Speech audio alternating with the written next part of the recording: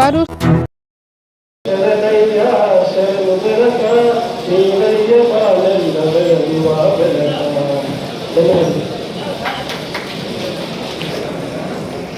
ಪ್ರಾರ್ಥನೆಯನ್ನು ಮಾಡಿದಂತಹ ನಾಗದೇವರಿಗೆ ಧನ್ಯವಾದಗಳು. ಈಗ ಕಾರ್ಯಕ್ರಮಕ್ಕೆ ಬಂದಿರುವಂತಹ ಎಲ್ಲ ಅತಿಥಿಗಳನ್ನು ಸ್ವಾಗತ ಮಾಡಲಿದ್ದಾರೆ ಕೋಲಾರ ಜಿಲ್ಲಾ ಕಾರ್ಯದ ಪತ್ರಿಕಾ ಸಂಘದ ಪ್ರಧಾನ ಕಾರ್ಯದರ್ಶಿಯಾದಂತಹ ಎಸ್ ಕೆ ಚಂದ್ರಶೇಖರ್.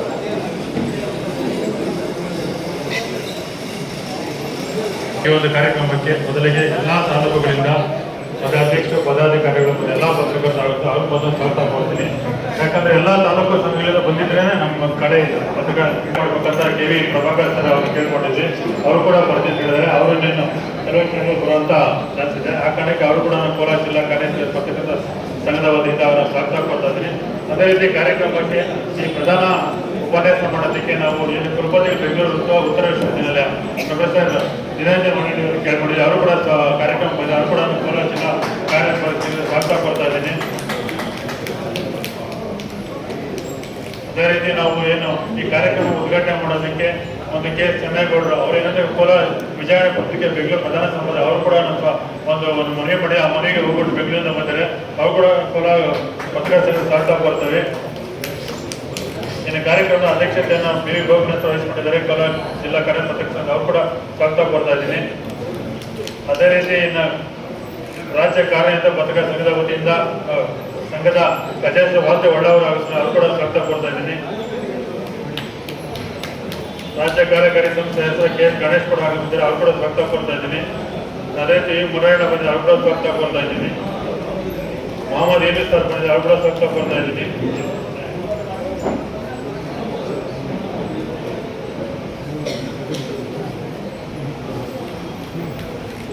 ಈ ಕಾರ್ಯಕ್ರಮಕ್ಕೆ ಹಿರಿಯ ಪತ್ರಕರ್ತರಂತ ಎಂ. ಸಿ. ಪ್ರಭಾಕರ್ ಸರ್ ಬಂದಿದ್ದಾರೆ. ಅವರು ಕೂಡ ಸ್ವಾಗತ ಕೊಡ್ತಾ ಇದ್ದೀನಿ.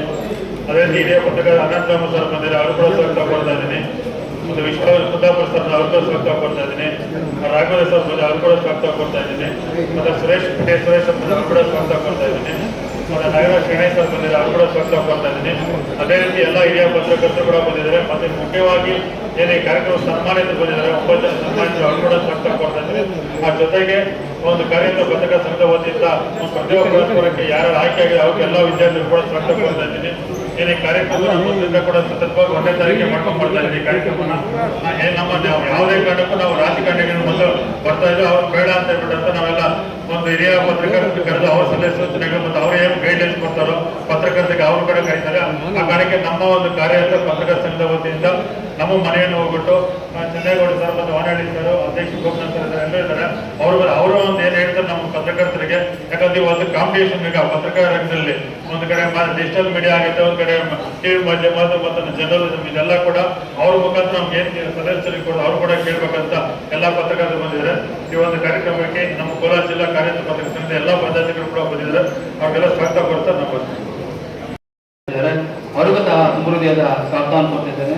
ಅದೇ ರೀತಿ ಈ ಕಾರ್ಯಕ್ರಮಕ್ಕೆ ಹಲವಾರು ಏಕನಾಟಕ ಸಂಘಟನೆಗಳ ಮುಖಂಡರು ಬಂದಿದ್ದಾರೆ. ಅವರಿಗೂ ಸಹ ಸಮೃದ್ಧಿಯಾದ ಸ್ವಾಗತ ಕೊಡ್ತಿದ್ದೀನಿ. ಅದೇ ರೀತಿ ವಿವಿಧ ಪರ ಸಂಘಟನೆಗಳ ಮುಖಂಡರು ಸಹ ಆಗಮಿಸಿದ್ದಾರೆ. ಅವರಿಗೂ ಸಹ ಸ್ವಾಗತ ಕೊಡ್ತಿದ್ದೀನಿ. ಅದೇ ರೀತಿ ಕೋಲಾರ ವಾಣಿ ಪತ್ರಿಕೆಯ ಪ್ರಧಾನ ಸಂಪಾದಕರಾದಂತಹ ಮುರಳಿ ಸರ್ ಅವರು ಆಗಮಿಸಿದ್ದಾರೆ. ಅವರಿಗೂ ಸಹ ಸಮೃದ್ಧಿಯಾದ ಸ್ವಾಗತವನ್ನು ಕೊಡ್ತಾ ಇದ್ದೀನಿ.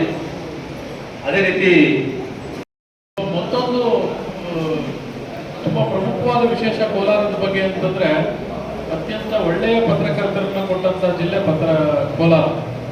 ಸೊ ಈಗಾಗಲೇ ಗಣೇಶ್ ಹೇಳ್ತಾ ಇದ್ರು, ಪ್ರಭಾಕರ್ ಈಗ ನಮ್ಮ ಮುಖ್ಯಮಂತ್ರಿಗಳ ಮಾಧ್ಯಮ ಸಲಹೆಗಾರರಾಗಿ ಅವರಿಗೆ ಈ ಪತ್ರಿಕೋದ್ಯಮದಲ್ಲಿ ಕೆಲಸ ಮಾಡಿದ ಅನುಭವ ಇದ್ದಿದ್ದರಿಂದ ನಮ್ಮ ಸಮಸ್ಯೆಗಳು ಅವ್ರಿಗೆ ತುಂಬಾ ಹತ್ತಿರದ ಎಕ್ಸ್ಪೀರಿಯನ್ಸ್ ಇತ್ತು.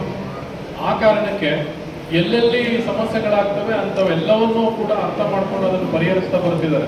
ಈ ಹಿರಿಯ ಪತ್ರಕರ್ತರ ಪಿಂಚಣಿ ವಿಚಾರ ಇರ್ಬೋದು, ಗ್ರಾಮೀಣ ಪತ್ರಕರ್ತರ ಬಸ್ ಪಾಸ್ ವಿಚಾರ ಇರ್ಬೋದು, ಆಮೇಲೆ ಈ ಹಿರಿಯ ಪತ್ರಕರ್ತರ ಅಕ್ರೆಡಿಟೇಷನ್ ಇಶ್ಯೂ ಇತ್ತು.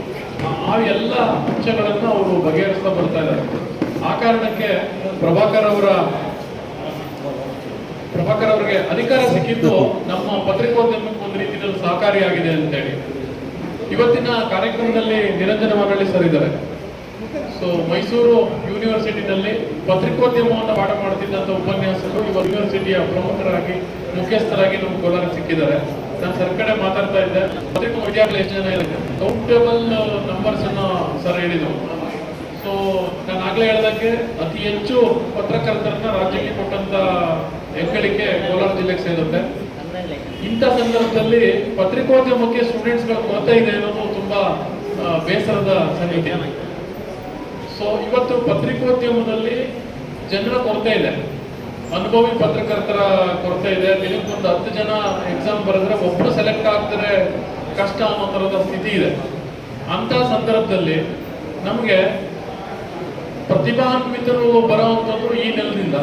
ಸೊ ನಮ್ಮ ಪೋಷಕರು ಇಲ್ಲಿ ನೆಲುವಂತ ಪತ್ರಿಕೋದ್ಯಮಿಗಳು, ಪತ್ರಕರ್ತ ಮಿತ್ರರು ಸೊ ಸ್ವಲ್ಪ ಎಫರ್ಟ್ ಹಾಕಿ ಪತ್ರಿಕೋದ್ಯಮಕ್ಕೆ ಹುಡುಗರು ಬರಲಿಕ್ಕೆ ಒಂದು ಸ್ವಲ್ಪ ಪ್ರೋತ್ಸಾಹ ಅವಶ್ಯಕತೆ ಇವತ್ತಿನ ದಿನಗಳಲ್ಲಿದೆ.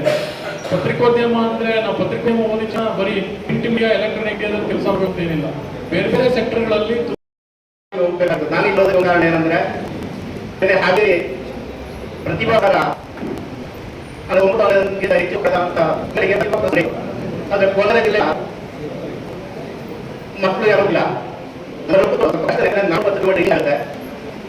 ನಾನೇ ಅದನ್ನೆಲ್ಲ ಇವತ್ತು ಇಲ್ಲಿ ತಗೊಂಡಿದ್ದೆ, ತಮಗೆಲ್ಲ ಇಲ್ಲೇ ಅದನ್ನ ಹಸ್ತಾಂತರಿಸೋಣ ಅಂತ ತಗೊಂಡಿದ್ದೆ. ಅದಕ್ಕೋಸ್ಕರವಾಗಿ ಅಲ್ಲಿ ಕಾರ್ಯಕ್ರಮವನ್ನು ಬಿಟ್ಟು ಇಲ್ಲಿ ಬಂದೆ. ಈಗ ಹೆಮ್ಮೆಯ ವಿಚಾರ ಏನಂದ್ರೆ ಕೋಲಾರ ಜಿಲ್ಲಾ ಕಾರ್ಯರತ ಪತ್ರಕರ್ತರ ಸಂಘ ಈ ಒಂದು ಕಟ್ಟಡಕ್ಕೆ, ನಮ್ಮ ಸಂಘಕ್ಕೆ ಕಳೆದ ಸಾರಿ ದಾವಣಗೆರೆ ಸಮ್ಮೇಳನದಲ್ಲಿ ರಾಜ್ಯದಲ್ಲಿ